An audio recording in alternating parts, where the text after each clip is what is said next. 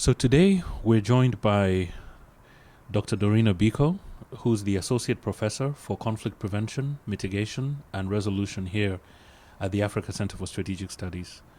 Dr. Bekoe, very nice to have you. Thank you. We'll be talking about Nigeria and about the elections that are coming up in Nigeria, which it's been in the press, both in the United States and Africa, a very important emerging issue.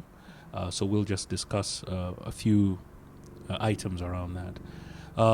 The first question is, why are elections in Nigeria important? Can you outline for us the larger socio-political and security context in which these elections are likely to be held? Sure. This is a particularly sort of precarious time for Nigeria. They've been facing the Boko Haram security crisis for a long time. You can go back to the early 2000s, and it ramped up in 2009. Of course, you had elections in 2011, but the conflict was not as acute as it is today. Boko Haram has really stepped up its attacks. It has gone beyond the Northeast. There's now a state of emergency in 3 of the northeastern states, Yobe, Adamawa, and Borno State, which was not the case in 2011. So you have the question of whether or not the residents in those states can vote. What's their security situation? Of course, now we're dealing with a very large number of displaced people, both internally and external, so refugees. What's their ability to vote?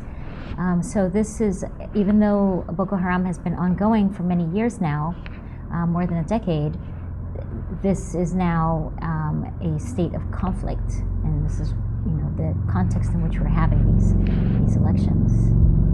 Right.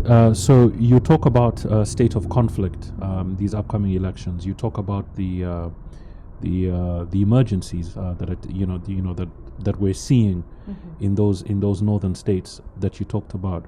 But what are the underlying structural issues That's giving rise to Boko Haram?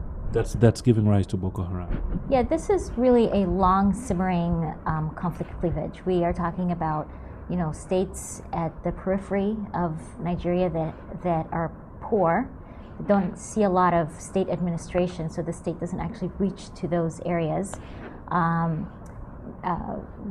Really have a long history of insecurity, a long history of lack of development, and just sort of general neglect. And so in the beginning you might have guessed or theorized that a insurgency such as Boko Haram that was calling for a change in Nigerian politics, a break with the Nigerian state might resonate with more disaffected parts of the communities there. But I think that those arguments have been sort of long surpassed. But if you're thinking about why Boko Haram might have found roots in that area, you might look to sort of these social and economic reasons.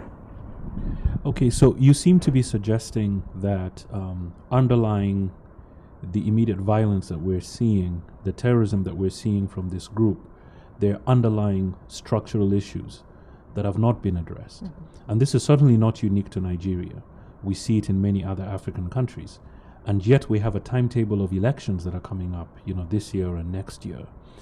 That being the case, what are the key things that need to be done to create a climate that will be conducive for those elections?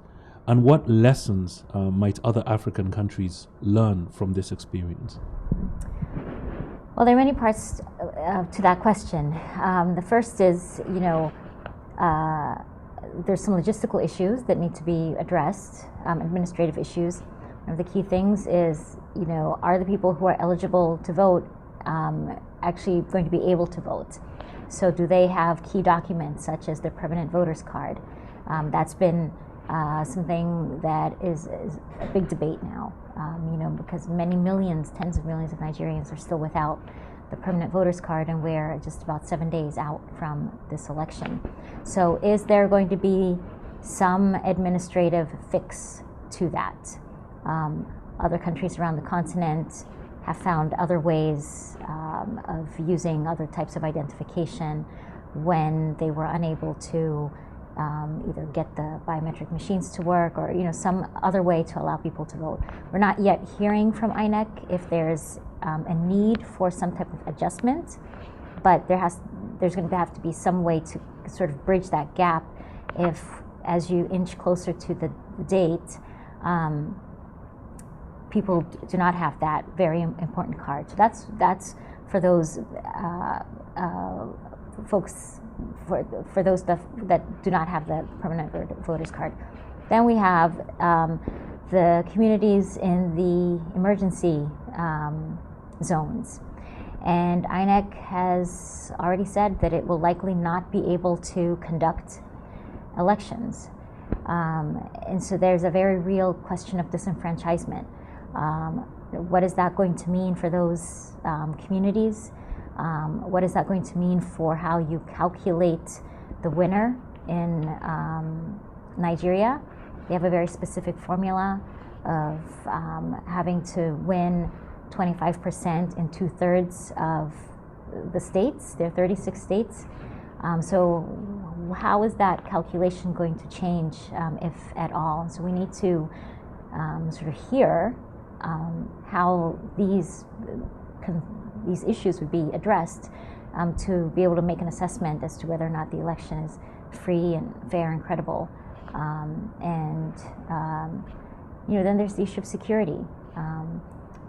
Boko Haram has, been attacking. I would expect that their attacks would continue up until Election Day, beyond Election Day. But, what are the security provisions in place to make sure that the actual polling day is free of violence, that people will be able to vote without fearing that they are going to be harmed in some way. So those are the questions that are still outstanding. We don't have answers yet from INEC or from the state. So INEC is the, as I understand it, the Independent National Election Commission. That's correct. Well, this is definitely something that we hope happens, and it is an issue that we're going to continue to pay attention to at the Africa Center. Mm-hmm. We've been speaking to Dr. Dorina Bekoe. She is in charge of conflict prevention, management, and resolution here at the Africa Center. She covers elections in African countries. So, Dr. Dorina, thank you for joining us, and we hope that we'll be able to call on you as we sort of go through this election calendar that is coming up on the African continent. Thank you very much. Thank you.